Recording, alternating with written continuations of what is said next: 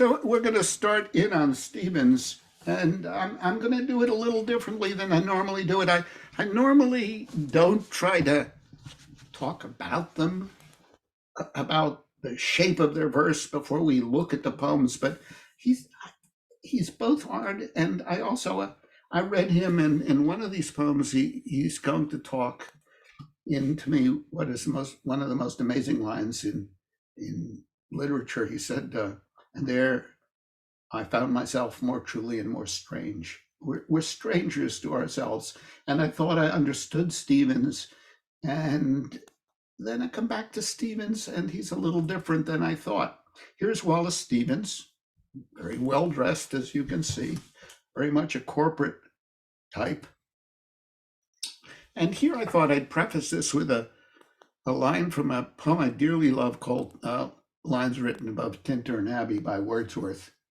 And near the end, he says, all that we behold from this green earth of all the mighty world of eye and ear, both what they half create and what perceive. And if you pay attention to that half create, that is that sense that Wordsworth has, that the world we live in is partly created by ourselves. His friend Coleridge called it the esemplastic power. That is the power of bringing unity and order to a world that seems inchoate to us. And we'll get to that rage for order late in this class today. Here are 5 passages from Stevens. We'll read all of these in poems, so we'll go through them. In a poem called Of Modern Poetry, he talks about the poem of the mind in the act of finding what will suffice. And I think that is very much what Stevens is all about. He's about trying to figure out what will help me deal with the world I live in. And he's continually in that process. It can never be satisfied, he says, in The Well-Dressed Man with the Beard, it can never be satisfied, the mind, never. And he says in yet another poem, we'll get to this too, this is the kind of subjective world that we all live in, where we make our world. He says, I was the world in which I walked, and what I saw or heard or felt came not but from myself. What we perceive, we, meaning me or you, perceive. And that's always a battle for him between that self-imposed creation of the world and what's out there apart from us. And he says this in his kind of last poem, which we'll also get to. The sun was coming from outside. It was like a new knowledge of reality. And the traditional way of looking at Stevens is to see his poetry as exploring the constant conjunctions between things real and things imagined. It's a quote from Stevens. The constant conjunctions between things real and things imagined. And there was a very long book, very difficult, too hard for me, by Helen Vendler about Stevens and all these permutations, and I couldn't finish it. And then she wrote a thin book, it was a bunch of lectures. She said, Stevens is really about feelings. And this is from another poem, spoke the feeling for them, which is what they had lacked. And I think the combination of those things, of both the external world and our subjective reordering it into our world, our human world, that is one of the subjects of his ever roving mind as he goes through his poems. And the other one, not declared so clearly, but seen by Vendler, it really empowered me to read Stevens the way I wanted to read Stevens, is that the poems are evocations of his feelings, what we often think of as lyric poetry. They're not about, the poems are not quite as much about philosophical issues as they are about his feelings, spoke the feeling for them, which was what they had lacked. Let's turn to Stevens. As has already been said, he worked for an insurance company. He went to Harvard and he left, and he wanted to be a writer, wanted to be a dramatist. And his father, who was a banker in Pennsylvania, said, well, you can't be a writer, you won't support yourself. Why don't you get a degree that will somehow enable you to write. So Stevens went to Harvard Law School and he graduated as a lawyer, and he worked for a couple of law firms and eventually worked for the Hartford Indemnity and Casualty Company. And not only did he work for them, he was a corporate lawyer, and he rose to become their vice president and their chief counsel. And he liked nothing better than to go home on the weekend with a 250-page contract and go through it minutely. I mean, he loved, insurance is about contracts, about what is covered and what is not, and he loved that. So one part of Stevens was always a lawyer, and that part of Stevens lived a very, as you can see here, upper middle class existence. This is his home on Westerly Avenue, and here's another view of his home. And here's his wife, Elsie. From most reports, it was not the happiest of marriages, but I want to look at one thing about his marriage that just blows my mind all the time. That's Elsie right there, this woman right here. And most of you have in your pockets, or pocketbooks if you have them, coins, and among the coins, the smallest is a dime, and it has Franklin Roosevelt on the head of it. Well, that dime replaced an earlier dime, which didn't work so well in machines, and it was called the Mercury dime. And here's a description of it that I found on the web about how beautiful it is. And I want you to pay attention to the face of the dime and this woman here, the sculptor of this bust that then got put in bas-relief on the dime was a man named Adolph Weinman.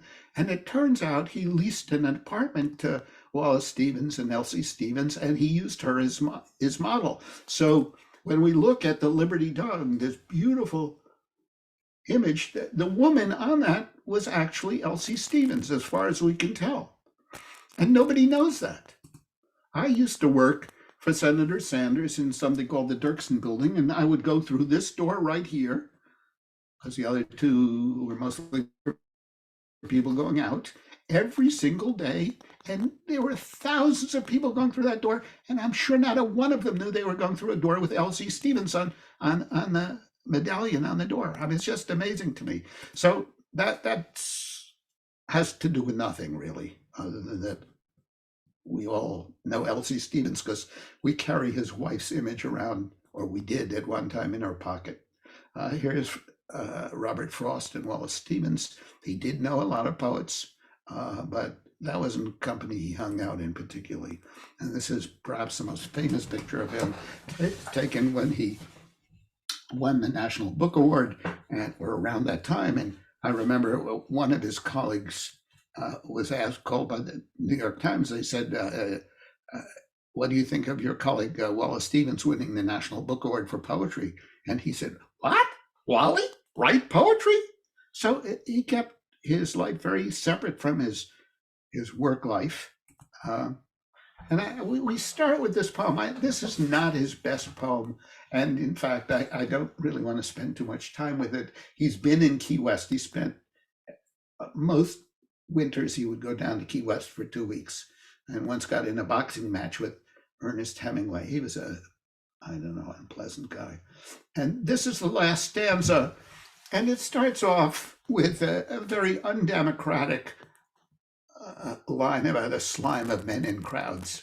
He was an anti-democrat, anti-small d Democrat. He didn't believe in democracy, but rather kind of more aristocratic view of things. And he really didn't believe in the Democratic Party, because he was writing in a time when the Democrats were often in office.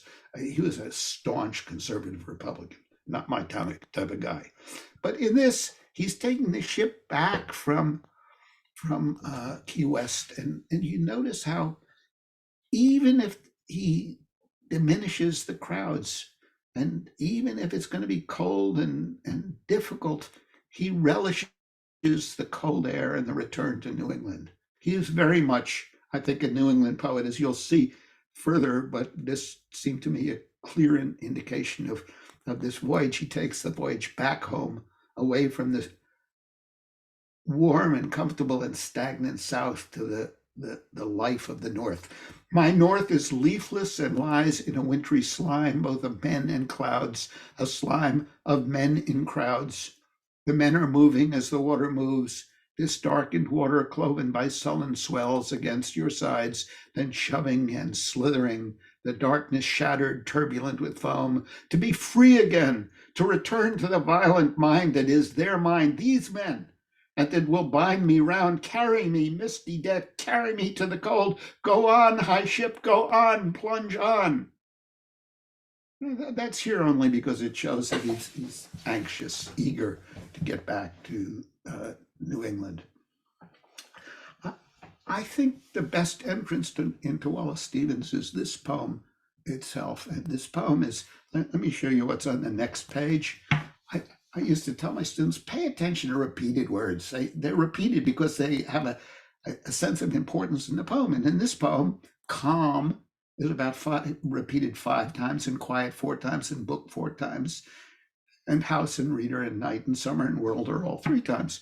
So it's a poem about the calmness and the quiet that settle over a house where a reader is reading a book. And it's about the ideal conditions for reading a book. But it's also, and I said Stevens is about feelings. We could go into the meaning of every sentence and every word and every line, and I don't discount that. I think we need to do that as we read poems. But this poem is about how we and the books we read at the best moments merge together, the words on the page and the reader reading, and they become one in the quiet and calm of the house. It's an absolutely gorgeous poem about what we might call the act of reading, and how in reading there is this merging of reader and book into a oneness. I read a lot of escape books, mystery novels, and things like that, and you fall into these worlds, and you fall out of the world you're in, and the book world becomes your world or my world. So here's this poem. Let me just read it off my thing, just because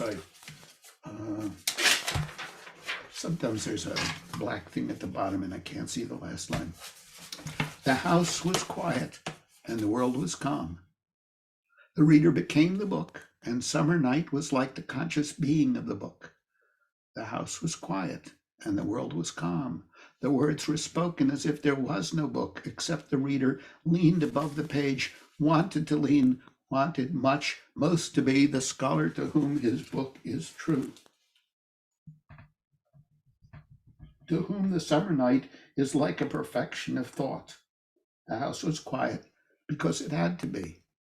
The quiet was part of the meaning, part of the mind, the access of perfection to the page, and the world was calm. The truth in a calm world in which there is no other meaning itself is calm, itself is summer and night, itself is the reader leaning late and reading there. I could, I think, go through this and talk about the pieces of it, but I think we all get it. This is not a hard poem to get. It's a poem about the joy and coming together of reader and text that is what reading is and why we love to read, whatever it is that we're reading. The quiet was part of the meaning, part of the mind, and the world was calm. And the key line in this poem is wanted to lean, wanted much most to be the scholar to whom his book was true. So that there's this merging of reader and what he's reading or she's reading. We call it text now. This is another poem. It is one of my favorite of Stevens' poems. All of these are among my favorite of Stevens' poems. It's called The Snowman. What you want to bear in mind is it's actually about a snowman. And I tried to find an image of a snowman without a lot of face and carrots and stuff like that. It's about a snowman. He's looking at a man made out of snow in a harsh winter landscape. And part of what you will get in this poem is how harsh and wintry and empty this landscape is. So this is, I think, not a happy poem. Has these wonderful lines about the junipers shagged with ice, and and then he talks about spruces rough in the distant glitter of the January sun. He starts off saying, to understand a snowman, you have to have a mind of winter. And as you see, it's written in three-line stanzas. One must have a mind of winter to regard the frost and the boughs of the pine trees crusted with snow, and have been cold a long time to behold the junipers shagged with ice, the spruces rough in the distant glitter of the January sun, and not to think of any misery in the sound of the wind, in the sound of a few leaves. And notice there are two things that have gone on in these lines. We must have a mind of winter. We must have been cold a long time. And then the rest of it is just gorgeous wintry landscapes. To regard the frost in the boughs of the pine trees crusted with snow, to behold the junipers shagged with ice, the spruces rough in the distant glitter of the January sun. And he recognizes there's an austere beauty here, but there's also an emptiness. And not to think of any misery in the sound of the wind, in the sound of a few leaves. There is misery in this emptiness that the snowman encounters, which is the sound of the land full of the same wind that is blowing in the same bare place for the listener. This stanza, the whole poem is pretty astonishing. This stanza is so amazing. The sound of the same wind that is blowing in the same bare place. It's an empty, bare scene he's looking upon for the listener who has a mind of winter, who listens in the snow. And here now the listener is both us reading the poem, but the snowman also. Remember, we had that image of the three balls of icy snow. For the listener who listens in the snow and nothing himself beholds nothing that is not there and the nothing that is. One of the most remarkable endings of any poem, anytime, anywhere, as the listener who is both us recognizing the emptiness of the universe, in a sense. Robert Frost said, I find it in myself closer to home to reserve my own desert places. For the listener who listens in the snow, but it's also the snowman. You can have both at once, both the reader as listener and also the snowman as listener, who is, after all, it's just a bunch of snow, who listens in the snow and nothing himself beholds, nothing that is not there and the nothing that is. I have called this in something I've been writing recently a kind of a Buddhist poem, in that it recognizes that nothing that we see is real. And it reminds me of another poem. I'm going to quickly diverge here into a poem by Eugenio Montale. Montale is an Italian poet who wrote what's called Hermetic poems, and Hermetic means really hard to understand. And frankly, I've read a lot of Montale, and he's really hard to understand. And most of the time, I don't understand him. Then I came upon this poem. It's only 8 lines long. It's called Forse in Mattino. Let me see if I can move this thing down so I can read better. Yeah, well, it doesn't want to move down. Forse Mattino means maybe one morning, right? That's the first words of the poem. Maybe one morning, walking in dry, glassy air, I'll turn and see the miracle occur. Nothing at my back, the void behind me with a drunkard's terror. So the poem is about somebody turning around so quickly that the world somehow isn't there. He sees the emptiness that's there. We always think, I can't see behind me. I don't know what's behind me. I think when I turn around, it'll be there. And this one time there isn't.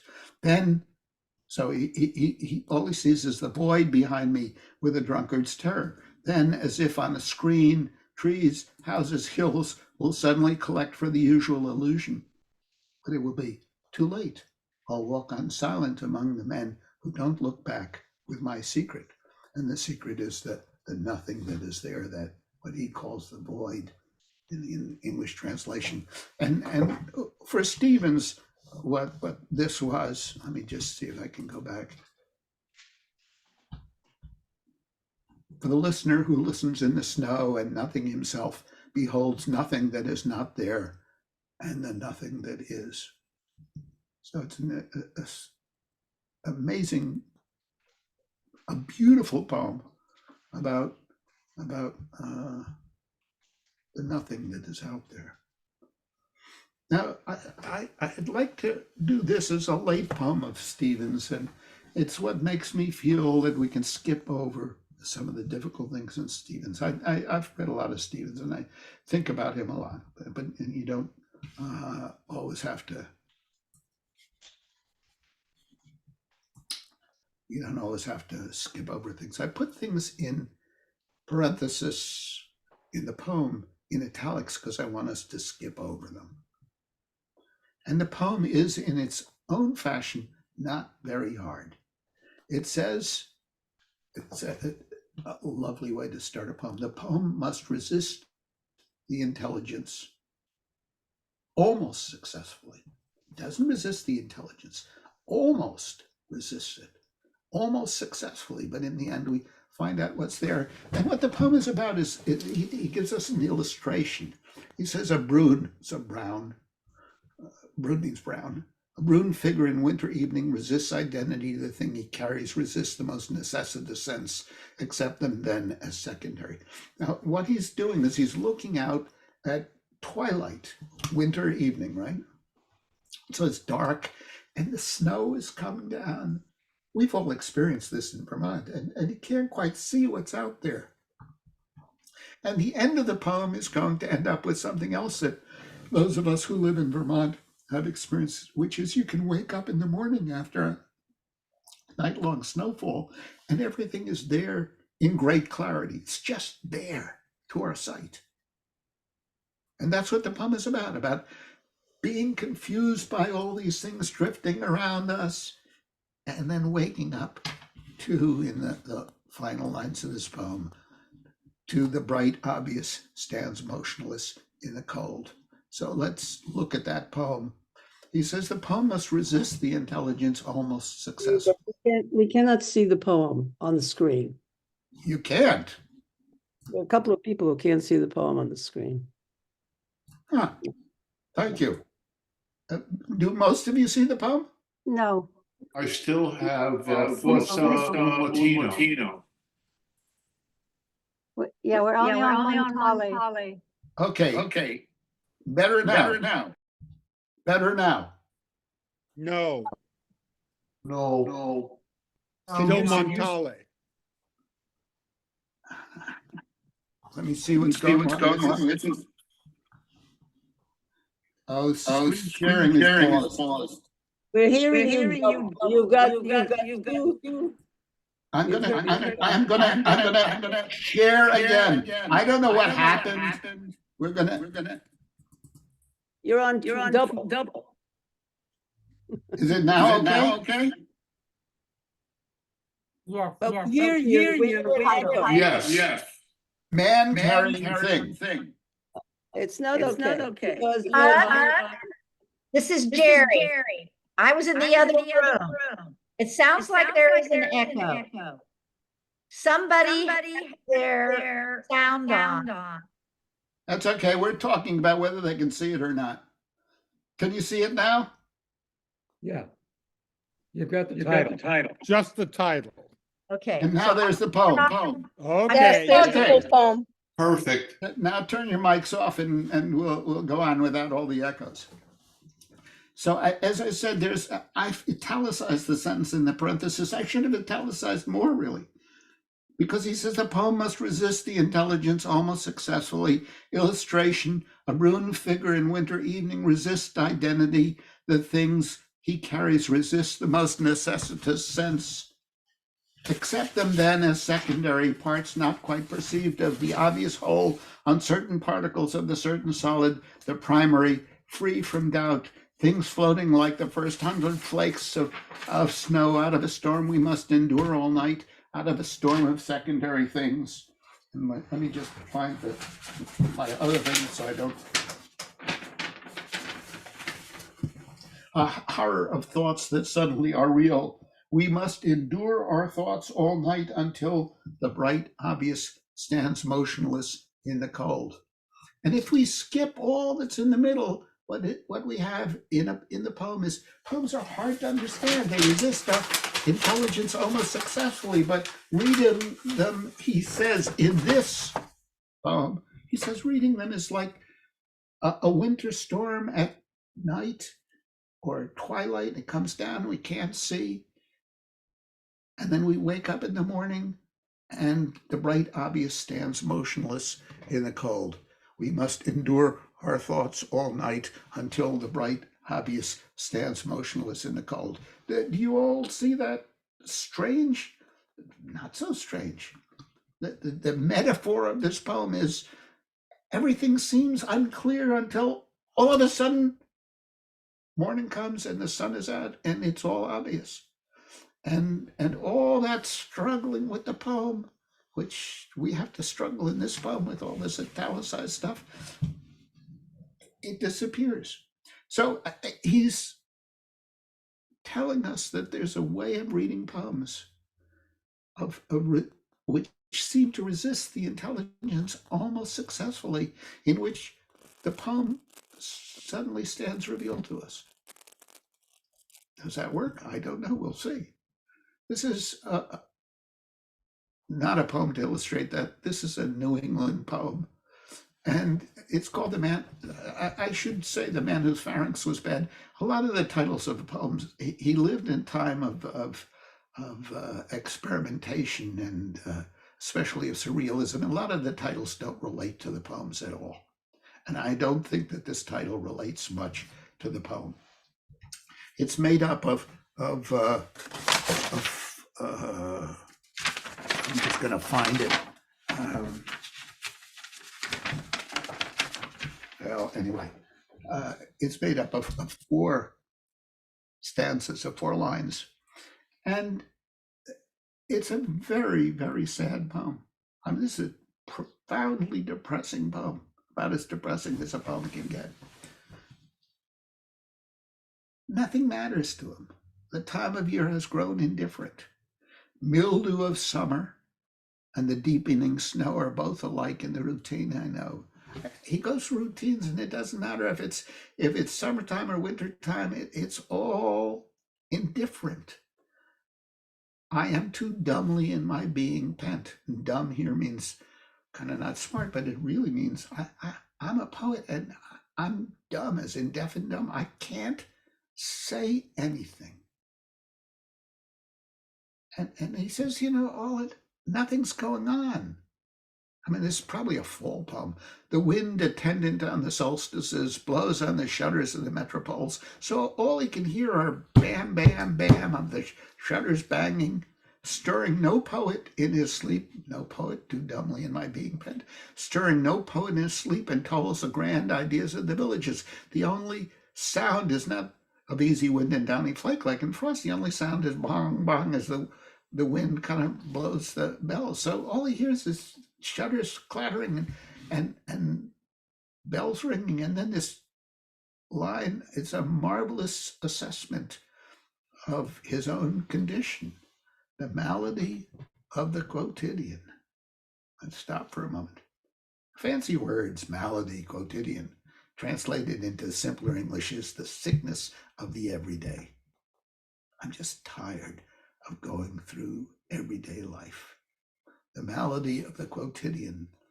And then he says, if I could only get to the very heart of things, to the heart of summer, to what drives summer on, to the heart of its heat, to the very coldest and bleakest of winter. He'll talk about slate, which is a color, a gray, almost absence of color. The malady of the quotidian. Perhaps if summer ever came to rest and lengthened, deepened, comforted, caressed through days like oceans in obsidian horizons, full of summers, full of nights, midsummer blaze. Perhaps if winter could once penetrate through all its purples to a final slate persisting bleakly in an icy haze.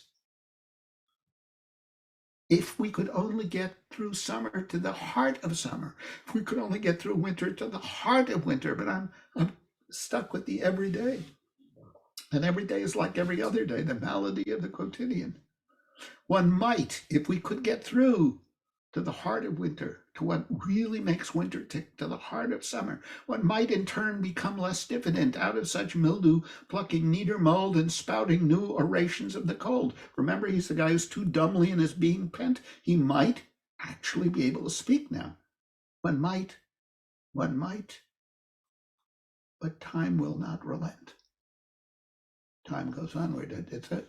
As I said, I think it's a poem of depression and despair, overcome by everydayness and wanting to break through into something that's more meaningful. And time won't relent. One might, but time will not relent. He's trapped in time and in the malady of the quotidian. It's a New England poem in that I think it's about the season when the days have hit their shortest and everything is gray. Opposed to that is this poem. I'll confess to you, I don't understand this poem fully. I love this poem. I put as a header to it this yellow and blue, right? A bright and blue birds in the gala sun, ampersands in the title. I mean, two of them. I don't know of any poem like this. Niño is a young boy child in Spanish. Has nothing to do with anything. Some things, Niño, some things are like this, that instantly in themselves they are gay, and you and I are such things almost miserable. For a moment they are gay and are a part of an element, the exactest element for us, in which we pronounce joy like a word of our own. It is there, being imperfect, with those things and erudite in happiness with nothing learned, that we are joyously ourselves, and we think without the labor of thought in that element, and we feel in a way apart for a moment, as if there was a bright scienza outside of ourselves, a gaiety that is being, not merely knowing, the will to be, and to be total in belief, provoking a laughter and agreement by surprise. And here I've highlighted and read these lines that are, to me, emotional, lyric. They have to do with how he feels. And they are so poignant to me and so extraordinarily wonderful.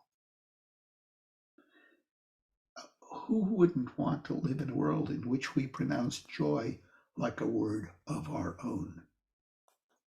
We are joyous, right? We are learned, erudite in happiness with nothing learned, that we are joyously ourselves and we think without the labor of thought. What he aspires to is joy, and not having to learn joy, but just having it come on himself. We are joyously ourselves, and we think without the labor of thought. The thinking is of just joyousness. And I a gaiety that is being, not merely knowing, the will to be and be total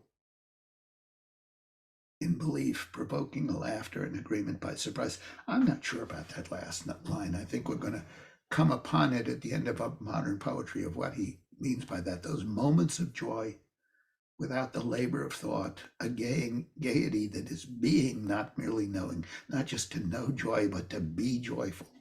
To me, this is that's what I aspire to. I don't get it often, maybe at moments. Joy is a word of my own.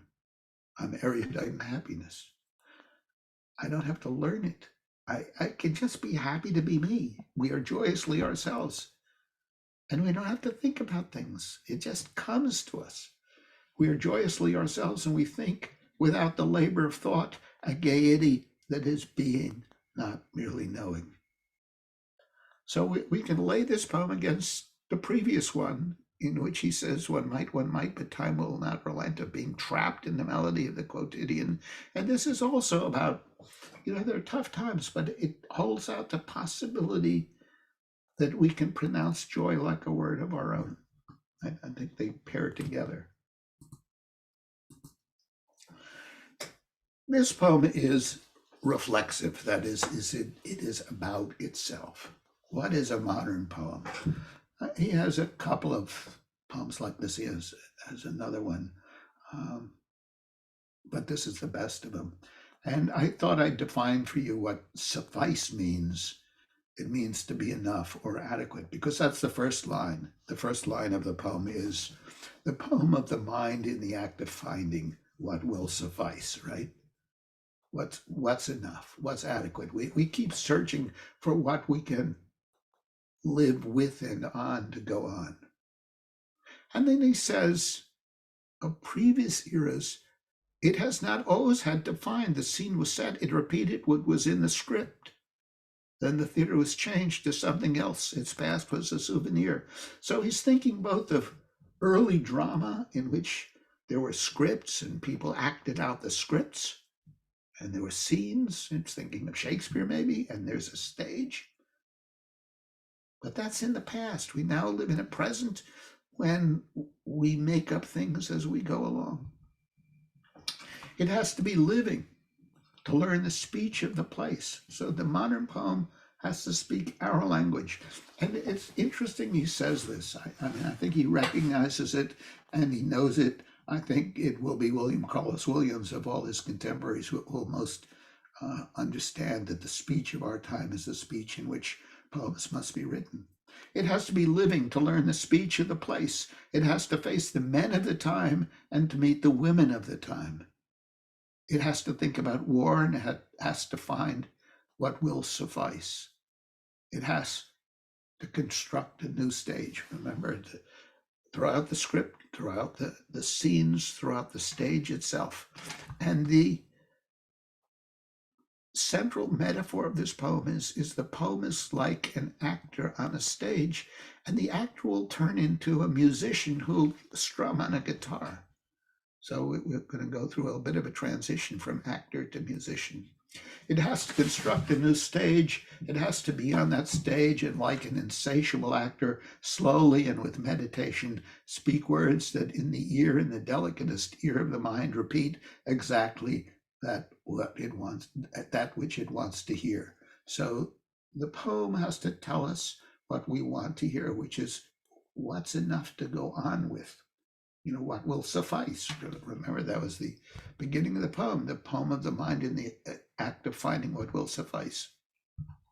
At the sound of which, the sound of the poem or of the actor on the stage, an invisible audience listens, not to the play, but to itself expressed in an emotion as of two people, as of two emotions becoming one. Remember, the poem has to be on the stage, speak words that in the ear, in the delicatest ear of the mind, repeat exactly that which it wants to hear, it being the ear.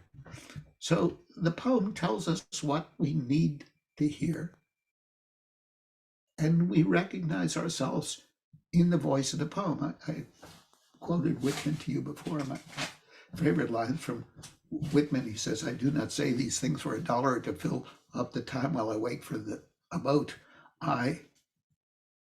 It is you speaking just as much as myself. I act as the tongue of you tied in your mouth. In mine it begins to be loosened." So this is the same vision of the poet speaking the truth that is the truth of the reader as well. And now the actor becomes, as I said, the guitarist on the stage.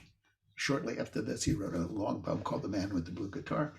The actor is a metaphysician in the dark, twanging an instrument, twanging a wiry string that gives sounds pathing through sudden rightnesses, wholly containing the mind, below which it cannot descend, beyond which it has no will to rise.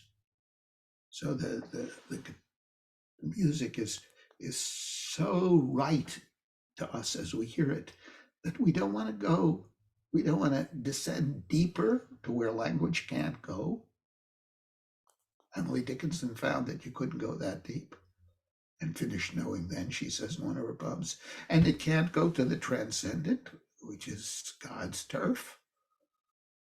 No, what we have are flawed words and stubborn sounds, as he'll say in another poem. So, and I find these lines so beautiful. The poet twangs a wiry string that gives sounds passing through sudden rightnesses, the sounds of the words and the words themselves, and they wholly contain the mind beyond below which it cannot descend, beyond which it has no will to rise. And then this surprising ending, it must be what will suffice? The finding of a satisfaction, and maybe of a man skating, a woman dancing, a woman combing, the poem of the active mind, of the mind. Now, I think when he wrote these final lines, he was maybe thinking of a particular painter when he talked about the woman combing. This is Edgar Degas. And what is so interesting about Degas is he decided that ordinary people doing ordinary things were really worthy of his attention. So we have here a woman combing her hair, right? That's the last line of the poem. A woman combing. Well, he didn't just do this one, he did this one too. And he did ballet dancers, often at rest in the studio, and he did horses, but he really loved women combing. It's also Degas. So the modern poem will find satisfaction in the smallest of things, maybe everyday things, but that are somehow worthy of our attention. And if we go back a bit to this poem here, let me go back to provoking a laughter and agreement by surprise. I think it's these moments when we have an understanding and a joy in the world that maybe that suffices. Maybe that's all we get are these moments, as when the right note is sounded. Another title that doesn't, for me, relate to the poem, and I find this an unbelievable poem. This is a poem with almost without parallel in English poetry. Let me start with a couple of things. It's going to start with the color purple. And at the start of the poem, he's descending the western air. The sun rises in the east and sets in the west. So it's a reddish purplish sunset. But purple is also the color of royalty, as in this person at the head of this fresco, and even the togas with the red, which are purplish that's faded to red. Purple is a color that denotes royalty, and so does anointing with oil. You remember in the 23rd Psalm, which many of us learned in grade school, David is anointed with oil because it's a ceremony that makes him holy. And there's going to be a hymn that he's going to hear, and hymns are religious songs of praise. And he's going to talk about the sea coming in and the tide. So those the elements of the poem. He's walking at, I forgot this one, the compass. How is the compass of that sea? Compass is both that which measures out circumference, as happens in what we call a compass, and also that gives us direction in the world. So it can be either or both. So as I said, it's sunset, and he's walking into the sunset, and the sky is purple, and he feels the purple may be connected to him. That late afternoon time, there's a certain slant of light winter afternoons. That's what Emily Dickinson, she called it the loneliest air. When it comes to landscape, listens, shadows hold her breath. When it goes, tis like the distance on the look of death. That's Emily Dickinson on that twilight air. He approaches it differently, not less because in purple I descended the western day through what you call the loneliest air, not less was I myself. What was the ointment, this holiness sprinkled on my beard? What were the hymns that buzzed beside my ears? What was the sea whose tide swept through me there? I mean, the poem just soars at this poem.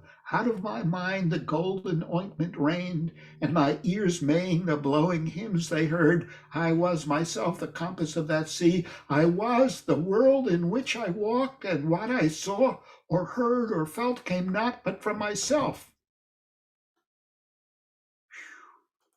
Everything I see is something that I've made for myself. I am the king and emperor of creation because I value myself, or I feel, in this poem, he's feeling very good. It should be a lonely air, but he feels ointment and hymns and tide sweeping, and the golden ointment rained on his mind. I was the world in which I walked, and what I saw or heard or felt came not but from myself, and there I found myself, and there I found myself more truly and more strange. That he found himself truly is not a surprise, right? That we have moments when we think we, in our kind of creation of the world in which we live, in our ability to repeat in our mind what God did when he created the world. That's what Coleridge says is the imagination. It's an imitation of God. I was the world in which I walked, and what I saw or heard or felt came not but from myself. And what's so amazing about this poem is this last word. And there I found myself more truly and more strange. So this impetus to honor himself is strange. He's a stranger to himself. It's what Sigmund Freud in kind of more trite terms called the uncanny. And this is a poem about walking through the sunset and feeling glorious and feeling that's true and also strange. I get thrown by the strange. It seems to resonate deeply with me, I hope with you, but it's not explainable why it's strange. And so I'll just leave it at that. I find that last stanza beyond compare. Out of my mind the golden ointment rained, and my ears made the blowing hymns they heard. I was myself the compass of the sea. I was the world in which I walked, and what I saw or heard or felt came not but from myself, and there I found myself more truly and more strange. Amazing. Another title. I don't know what this has to do with the poem. I mean, you can say it makes the whole poem ironic, and maybe that's true, but I think it's just disconnected. And he's going to say no greater than a cricket's horn. That's the antenna of a cricket. I've got a picture for you. And he's going to talk in this poem about orioles. I'm not sure if you all know what an oriole is. It's the circle of light around the head or a body. It's portrayed in, this is a late medieval, early Renaissance painting by Giotto in the Scrovegni Chapel, and then those yellow halos sort of are called orioles. And here's Fra Angelico, who's a Renaissance painter, a little after Giotto, the greatest colorist of the Renaissance, I think. And there too is an oriole, right? A golden circle around. We're going to get oriole in another poem too.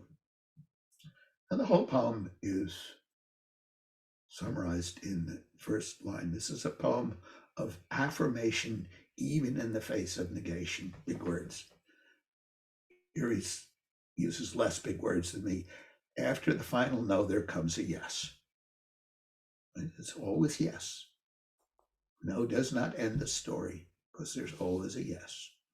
After the final no, there comes a yes, and on that yes, the future world depends. No is the night. Yes is this present sun.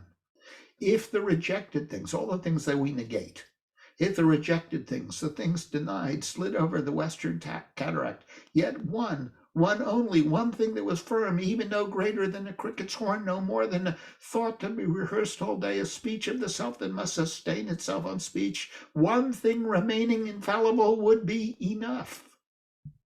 God. one little thing would be enough to build on. A cricket's horn, a thought. He's recognizing here, I don't know how seriously he's thinking about it, but I think he is. He's recognizing that's what the whole of Cartesian philosophy is based on. I think, therefore I am. On the fact of thinking, or cogito ergo sum, or dubito ergo sum. I think or I doubt, therefore I am. Out of the smallest thing we can build existence. And it can be words, cogito ergo sum, a speech of the self that must sustain itself. That's all we got. Some words, but that might be enough. One thing remaining infallible. One thing, just one thing. Little as a horn on a cricket, as little as some words we say to ourselves, as little as a thought we have. That would be enough. It would be incontrovertible, infallible, would be enough. And then strange construction, douce campagna means, in French, douce is sweet, and campagna in Italian is countryside. Douce campagna of that thing. Douce campagna, honey in the heart, green in the body, out of a petty phrase. The petty phrase is the self must sustain itself on speech. Out of a petty phrase, out of a thing believed, a thing affirmed. So we're back to the beginning, affirmation and not negation. Out of a thing believed, a thing affirmed. The form on the pillow, humming while one sleeps, the oriole above the humming house. And then he skips a line, and then he says, it can never be satisfied, the mind, never. So it will always lead to affirmation. This is a poem, about how the mind works, but it's also a poem of feeling about however bleakly we think about the world, time will not relent. There's always something else, and out of that else we can build a new world that is habitable for us, a sweet countryside that is green in the body, that is growing. I find this poem also extraordinary. It's about the power of affirmation, even in the face of endless negation. In the snowman, nothing in himself below beholds nothing that is not there, and the nothing that is. But in this poem, he's saying there's yet more to tell. And the more to tell might be, why, it might just be when we're sleeping and dreaming, out of that dream we can build something. Maybe it can be out of the sound we make, the elemental sound of humming that permeates the house and surrounds it like a halo. Out of anything we can build something new. We people, human beings, with our imaginations. It can never be satisfied, the mind, never. So the poem is about affirmation and not negation, but it's also a poem about a certain affirmative posture towards life that he's feeling as he writes this poem. This poem, I love this poem very much. I don't understand parts of it. So if you push me, I would have trouble. This is one of these, the poem must resist the intelligence almost successfully. And in the poem, he's going to use the word poiesis, which is a Greek word which means to make, or to make a poem. And they mean the same thing. A poem is something that is a made thing in Greek. And it may be that he was actually thinking of this particular painting of a man reading in red, right? Because it's called Large Red Man Reading. And I don't know that he was thinking of this painting, but there are scholars who have suggested he was. And there's a passage in Emerson's The American Scholar, which I particularly love, and in which he says, it's the bolded words here. The whole passage is glorious. It's the near the very end of that address. I sometimes can't believe he just gave it to Harvard students at the beginning of the school year. It's the greatest single speech, other than maybe the Gettysburg Address that any American has ever given. And in it, Emerson, he says, what would we really know the meaning of? The meal in the firkin, the milk in the pan, the ballad in the street, the news of the boat, the glance of the eye, the form and gait of the body. And in line 5 of the poem, as you see below, he talks about the pans above the stove, the pots on the table, the tulips among them. So it's like the meal in the firkin, the milk in the pan, the ballad in the street. Maybe he thought of the American scholar, maybe he didn't. So we're going to go to the next page. This is called Large Red Man Reading. And it has a kind of conceit. There's a narrative it tells of dead souls coming back to the earth, maybe even angels, and watching the guy read and what they would miss. And there's a very, very, very wonderful series of poems called the Duino Elegies by Rilke. And Rilke imagines the same thing. If angels came back to earth, if dead souls came back to earth, what would they find that we have? I mean, for Rilke, being in heaven should be everything. What do we have that they don't have? And so this is a little different from Rilke, but here we have the souls of dead people, these ghosts, coming back to see this man reading. And that's the poem. The dead men come back to see him reading, and they're dead and he's alive. And they will miss the feel of things, even the feel of thorns kind of going into the hand. They miss the pots and the pans and the tulips, and they would like to step barefoot. Nor can foot feel being shod, said Hopkins. Step barefoot into reality. So here it goes, coming back to him reading. And why the tabulae, the tablets, the pages of the book turn from blue to purple, I don't know. There have been some suggestions in the literature that he's a red man and he's reading blue tablets, and red and blue make purple. I don't know. I don't know. There were ghosts that returned to the earth to hear his phrases as he sat there reading aloud the great blue tabulae. There were those from the wilderness of stars that had expected more. There were those that returned to hear him read from the poem of life, of the pans above the stove, the pots on the table, the tulips among them. They were those that would have wept to step barefoot into reality.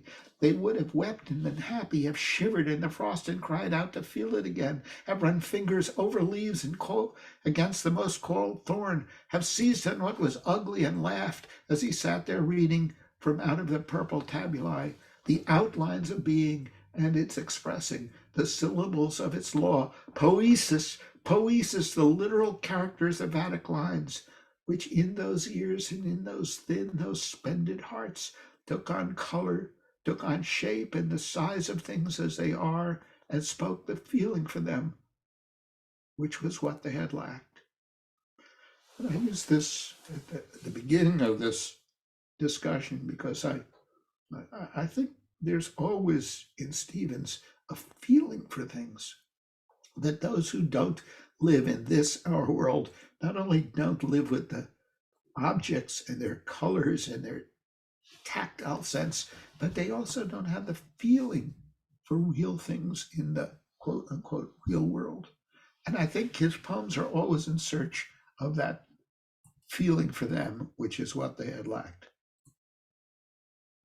This is a 3-part poem, and in this poem, we do have to be attentive. I mean, I guess we have to be attentive to all poems, but we have to notice how each stanza builds on the one previous. And the poem is about pink and white carnations in a porcelain bowl. And it's about an image of perfection. The bowl is filled with cool, clear water and flowers are floating in it. And he says, I wish I could be in such a perfect world, right?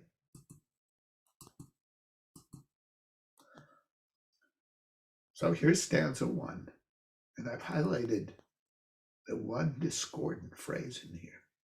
Clear water in a brilliant bowl, pink and white carnations, the light in the room more like a snowy air reflecting snow, a newly fallen snow at the end of winter when afternoons return, pink and white carnations. One desires so much more than that.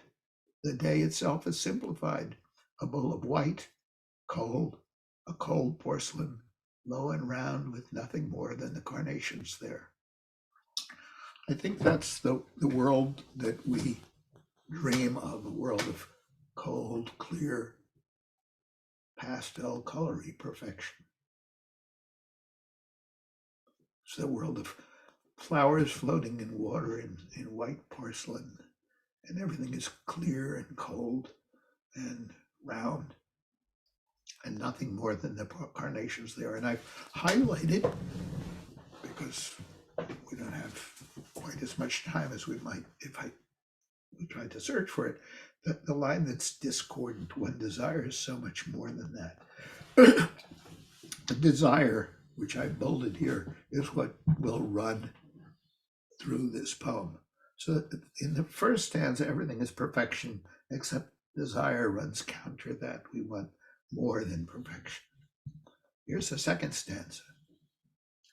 And desire is connected to the more of the final 2 lines. And it turns out desire has to do with our vitality, the livingness of us.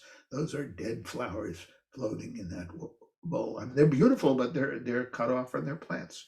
Say even that this complete simplicity, the bowl of water and the flowers and the porcelain vase and no noise in the house, say even that this complete simplicity strip one of all one's torments, concealed the evilly compounded vital I. So it may be bad, evilly made up, compounded out of by some evil force, but it's vital.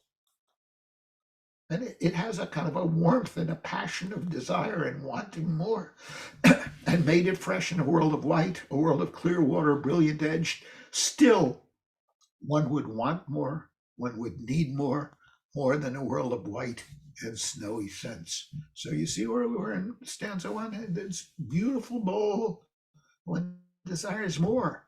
And here he says more. That's our vitality. And then the final stanza turns out to be about perfection and imperfection, and about poetry, and why we struggle with words, not only in prose, but to say things to each other.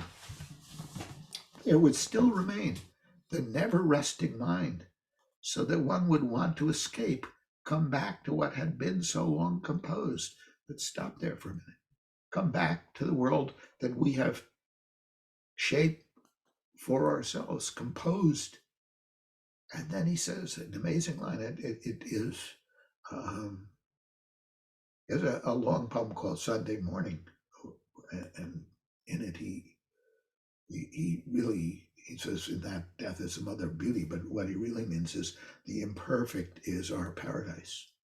Note that in this bitterness, which is the imperfection and desire and always wanting more, note that in this bitterness, delight, since the imperfect is so hot in us, lies in flawed words and stubborn sounds. And that desire of stanza 1, and the more, and the vitality here become the hotness in us, right? Since the imperfect is so hot in us, delight lies in flawed words and stubborn sounds. In that capacity to take the things that are perhaps imperfect, the flawed words and stubborn sounds, and make something of them to delight us. So at the heart of delight is imperfection. And then we take the imperfection that we find in the world and we try to make it into something that can delight us. The flawed words and stubborn sounds. As I said, the poem is in its own way about poetry. This is called Postcard from the Volcano. I have 4 poems to go. Let me see what time it is. We got time. He's going to talk in the first line about bones, and I guess there aren't any pictures, nor do we encounter them, the bones of people. They're buried underground in cemeteries, so here's a cemetery that represents the bones. And again, we're going to get that word aureole. Children here is the Christ child and Mary, and 2 kind of angels, and they all have aureoles, and the aureoles are still being formed in this poem, still weaving budded aureoles. I had trouble picturing this mansion. The mansion in this poem is probably the earth that we bequeath to people, and it's in a sense ruined, but not ruined like this picture. But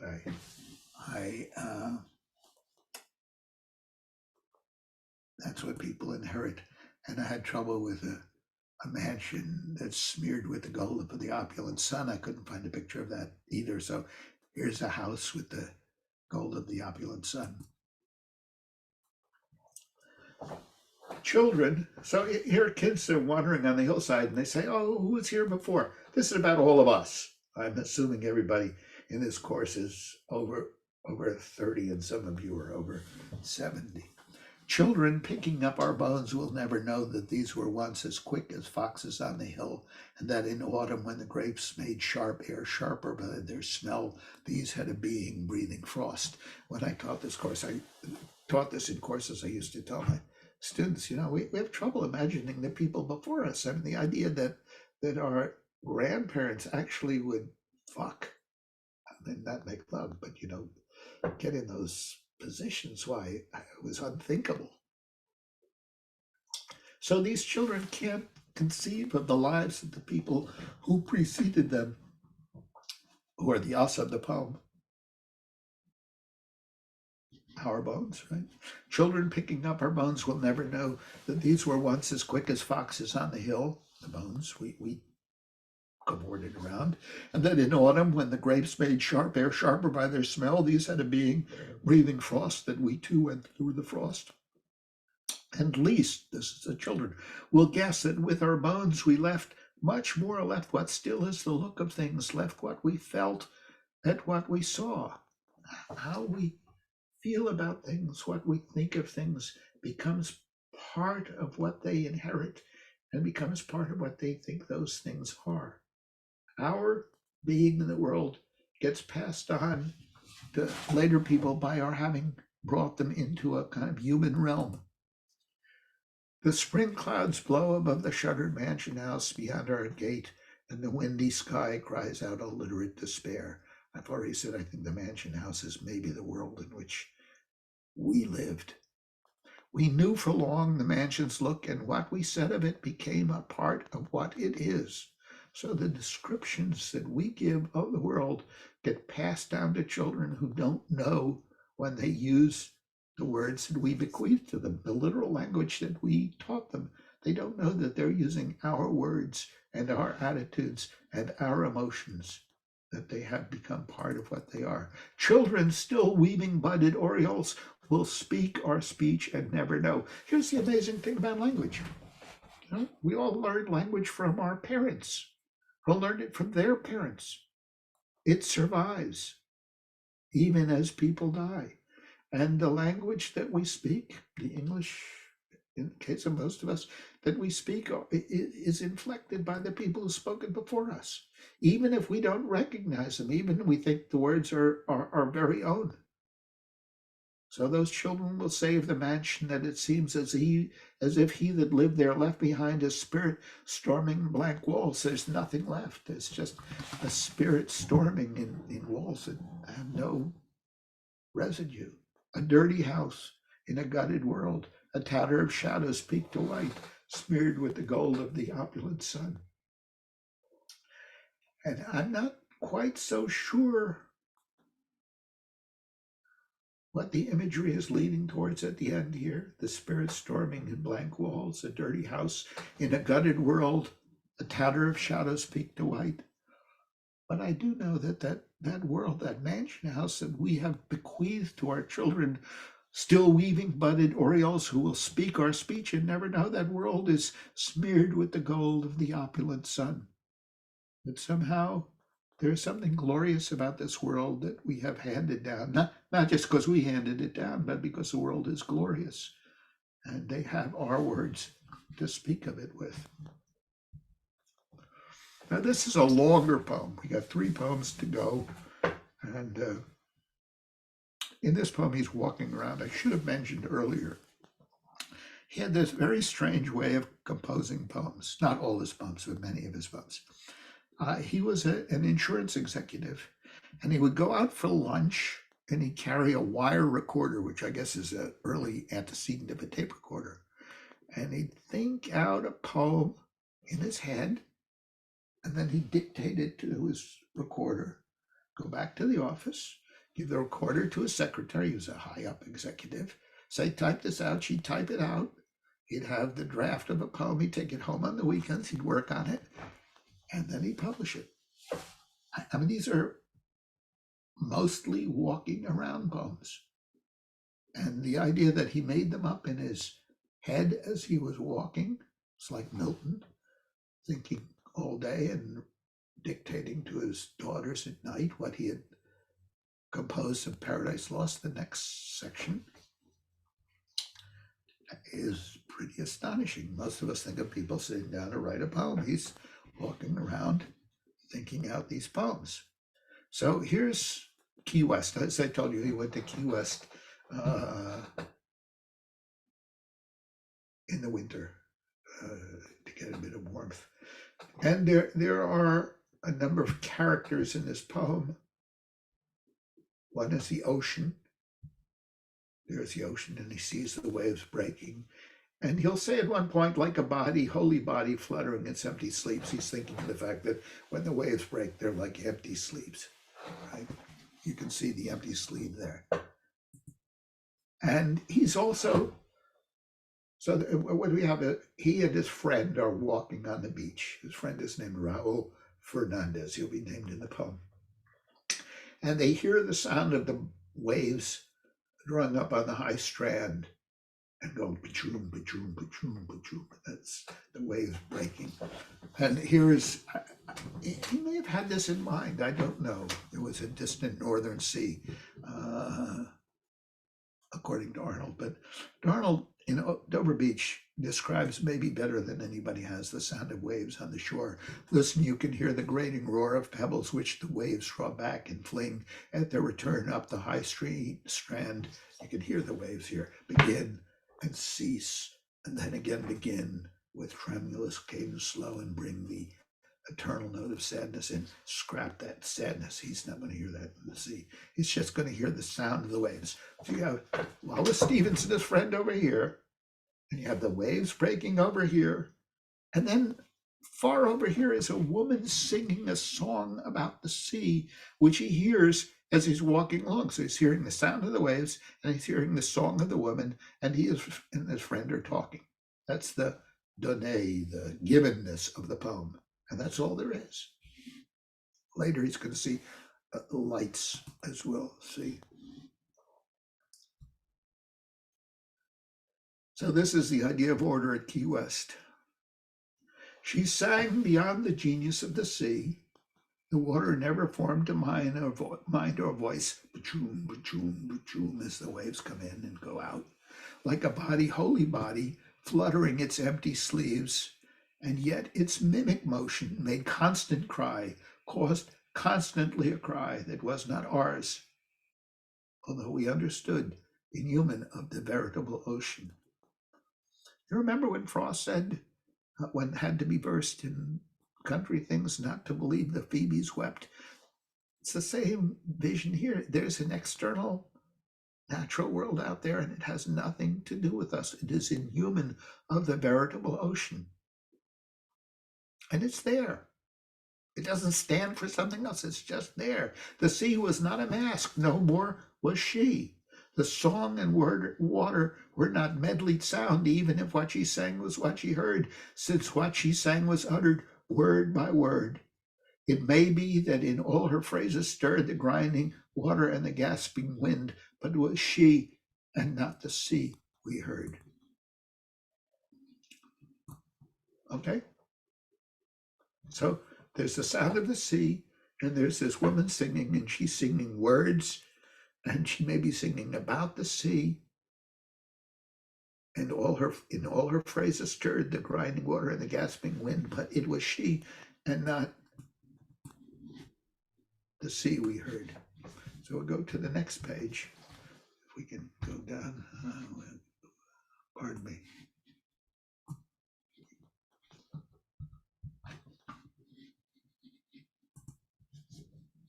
How come it's, there we go. For she was the maker of the song she sang, the ever-hooded, right? That wave breaking on itself, always a hood, was an empty sleeve before, now it's a hood. That ever-hooded, tragic, gestured sea was merely a place by which she walked to sing. Whose spirit is this, we said, because we knew it was the spirit that we sought and knew that we should ask this often as she sang. So what are we hearing, he says? If it was only the dark voice of the sea that rose, or even colored by many waves, if it was only the outer voice of sky and cloud, of sunken coral water walled, I always stop on those. I'm going to get my page here, but I'll stop on those lines because I think they're so gorgeous. Sunken coral water wall, the coral wall around by water. And let me get the next page here. Okay. However clear it would have been, deep air, the heaving speech of air, a summer sound repeated in a summer without end, and sound alone. But it was more than that, more than the sound of the water, more even than her voice. She's singing a song about the sea, and ours, he's speaking with Ramon Fernandez, among the meaningless plungings of water and the wind, theatrical distances, bronze shadows heaped on high horizons, mountainous atmospheres of sea and sky. It was her voice that made the sky acutest at its vanishing. She measured to the hour its solitude, and he's just leaping into the Empyrean here. I mean, this is just astonishing lines. She was the single artificer of the world in which she sang, and when she sang, the sea, whatever self it had, became the self that was her song, for she was the maker. So the sea exists, and her song exists, and her song is about the sea, but it is not the sea, but she somehow makes sense of the sea. It was her voice that made the sky acutest at its vanishing. And she measured to the hour its solitude. She was a single artificer of the world in which she sang, and when she sang, the sea, whatever self it had, became the self that was her song, for she was the maker. Then we, as we beheld her striding there alone, knew that there never was a world for her, except the world she sang and singing made. So we have this sense that there's the sound of the sea, ba-choom, ba-choom, and the sound of the woman singing, ooh. But somehow her singing has shaped the sea for the people who are listening. And he's going to turn near the end to the distant lights that are reflected off the water. So I have two pictures of lights there. And they're going to measure out the sea in blazoning zones and deepening them, enchanting them. And just as the lights do something to the sea, even though they're only reflections on it, so her voice and the song about the sea does something to the sea. Ramon Fernandez, that's his colleague, they're walking. Tell me if you know why, when the singing ended and we turned toward the town, tell why the glassy lights, the lights in the fishing boats at anchor there, as night descended, tilting in the air, mastered the night and portioned out the sea, fixing emblazoned zones and fiery poles, arranging, deepening, enchanting night. Notice how the lights master the night and portioned out the sea. Somehow, things like her song and the sea, things make shape of the things that are there, the empty sleeve, the hooded, tragic gesture at sea. And then he says lines that have become very, very famous. Oh, blessed rage for order, pale Ramon, the maker's rage to order words of the sea. We have this rage to order. We have this, he says, we have this need to shape the world into which we are thrown. It doesn't change the world. The ocean stays the ocean, bachum, bachum. It doesn't somehow subsume the ocean into the song, which is a woman's song, but she makes the world because she changes the way one hears the ocean and thinks about the ocean. Oh, blessed rage for order, pale Ramon, the maker's rage to order words of the sea, words of the fragrant portals dimly starred, and of ourselves and of our origins, and ghostlier demarcations, keener sounds. So we order the world. It's a rage to make sense of the world. It's blessed rage for order, the maker's rage to order words of the sea. And the sea is both itself and somehow different. And the sea is where we come from. That's why it's our origin. And it reflects the stars above. That's why it's dimly starred. And fragrant portals, I'm not sure what that is. That's the smell of the sea. In ghostlier demarcations, it's not as vital and present for us as the sea itself. And yet there's a keenness here, a definedness. I'm just going to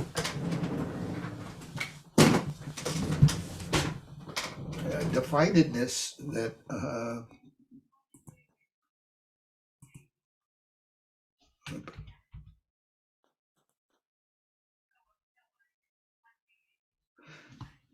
I'm listening to them talking on the phone, even though I just picked it up. Oh, well. So, I mean, this is poetry, I think, of the highest order, where the words of the sea have arranged and deepened and enchanted night, and where the ghostlier demarcations, which are the sounds and the words, not the sea itself, have become keener sounds in which things have become more clearly defined. I go back to this poem again and again. I kind of don't know what it is. Hang up the phone. I have no idea what that was about. So now we come to two very late poems. I was talking to a friend today who I encountered. It's a surprise, having become older. People never tell us what being older is going to be about. When poets write about being old, T.S. Eliot says in The Love Song of J. Humphrey Prufrock, he says, I grow old, I shall wear the bottoms of my trousers rolled. He was a young man when he wrote that. And I think the people who write about age are younger. So here and poets don't write about growing old so much. And here we have Wallace Stevens, who has grown old. He's a couple of years from dying. And he's looking back on his life and thinking, what does it mean to be old? And I find these two poems, which I'm going to read, pretty amazing, because they tell us about the world in which he lived, in which he struggled, the poem of the mind in the act of finding what will suffice. He speaks of himself as a poetic spirit here. Ariel was glad he had written his poems. They were of a remembered time or of something seen that he liked. Other makings of the sun were waste and welter, and the ripe shrub writhed. Other stuff, not so much. Poems, okay. He saw it and he liked it, something seen that he liked. His self and the sun were one, and his poems, although makings of himself, were no less makings with the sun. That is, the poems we make, the things we say, are also part of this world we live in. There isn't this disjunction at this point in his poems between the world outside and the world inside. They're all part of the world. And then he says, it was not important that they survive. Isn't that an amazing thing for a poet to say? It was not important that his poems survive. What mattered was that they should bear some lineament or character, some affluence, richness, if only half perceived in the poverty of their words, of the planet of which they were part. What mattered is that the poems somehow connected to this world, which is a rich and affluent world, even if he only partly perceived it, only half perceived. And even if the words were not enough flawed words and stubborn sounds, still he says, what made them worthwhile is that they had some trace of that world in which we live, the world of things and like the sea and other people like Ramon Fernandez or his daughter or his work. Whatever it was that is in the world somehow got to be part of the flavor of his poems, even if he had a poverty of words. It's about how he felt about the world, and that some lineament or character could get into it. Now, here comes the poem that concluded his collected poems, and the last poem of The Rock, and he obviously thought of this as a kind of he kept writing poems, but a kind of final word about the world. It's got this fancy philosophical title, not ideas about the thing, but the thing itself. And it itself is actually not a hard poem. It's really not a hard poem. I mean, the hardest thing about this poem is maybe the title. And it has to do with his waking up on a morning and hearing a bird crying from outside, cheep, cheep, cheep. And as the bird cries, it's like the first note of the sun coming up on the horizon. So it's early morning, and the bird is crying, the sun is coming up. It's a poem of affirmation, right? Not of negation. And the sun has orbs around it like Saturn has orbs around it. I have a picture of Saturn here. And two words in that poem you'll want to know. Panache is means flamboyance, and it comes from the word for a plume of feathers. So you see that in this plume of feathers here in the helmet. And he's going to say the sun came up a battered panache above snow. It's kind of flamboyant, but also battered. And he's going to wake up from sleep, and sleep is like an artificially created land of paper mache. We all know what that means. It's a paper flour water mixture that dries when hardened, and paper mache, unlike bronze sculptures or unlike marble sculptures, it tends to be temporary. So he wakes up from the paper mache world of dreams to an actual world of a bird singing, if I could go back to that, and a sun rising. And the sun rising, if I could go to it, it's like a choir. And what we have mixed together are the sound of the bird and the sun surrounded by its coral rings. And it's just out there. Had the earliest ending of winter. So it's the end of winter and the beginning of spring, and the end of night and the beginning of day, and the end of darkness and the beginning of light. At the earliest ending of winter in March, a scrawny cry from outside. I'm going to repeat that word. A scrawny cry from outside seemed like a sound in his mind. Did I really hear that? He knew that he heard it, a bird's cry at daylight or before in the early March wind. The sun was rising at 6, no longer a battered panache above snow. It would have been outside. The bird, the sun, the world to which he is waking from sleep. It was not from the vast ventriloquism of sleep's faded paper mache. The sun was coming from outside. That scrawny cry, and he connects the cry of the bird and the first hint of the sun. That scrawny cry, it was a chorister whose sea preceded the choir. You know how somebody uses a pitch pipe to get the choir to know the key, or one person in this poem sounds a sound that the bird is sounding a sound for the key in which all of reality will spring forth. That scrawny cry, it was a chorister whose sea preceded the choir. It was part of the colossal sun, surrounded by its coral rings, still far away. It was like a new knowledge of reality. So from outside comes an awareness of the bird and the sun and the world dawning over him, a new reality, which is, you know, he said earlier, I was the world in which I walked, and what I was the world in which I walked. Everything I saw was from me, or whatever it was.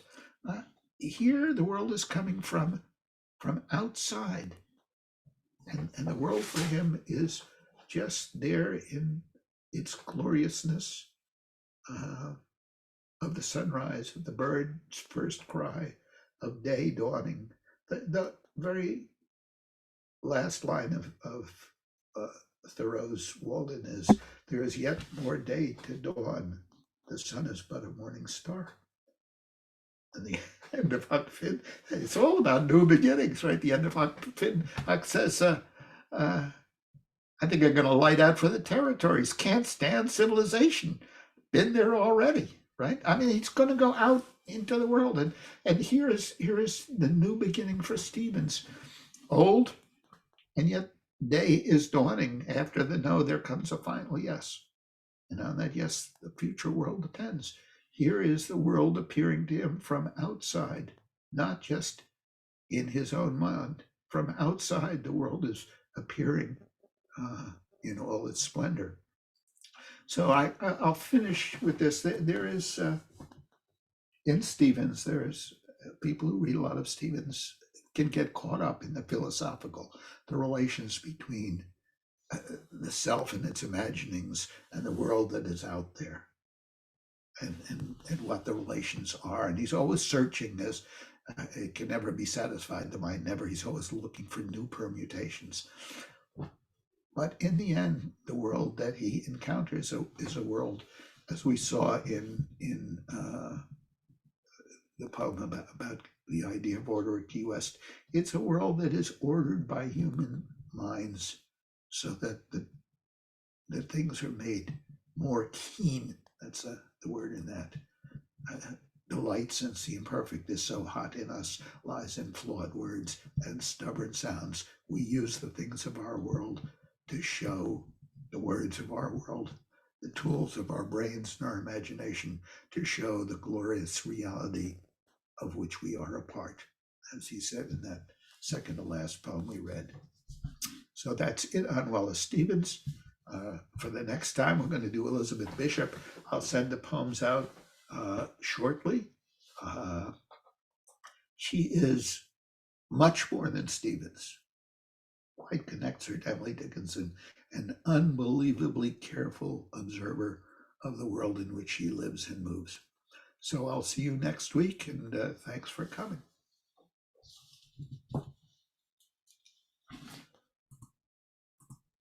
Thank you.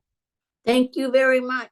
You're very welcome, and thank you for bearing with me. Thank you. Thank you. Have Have a great weekend. Bye-bye. Okay, good weekend to all of you too. See you next week. Next week, Elizabeth Bishop. Okay, we'll do Elizabeth Bishop next time.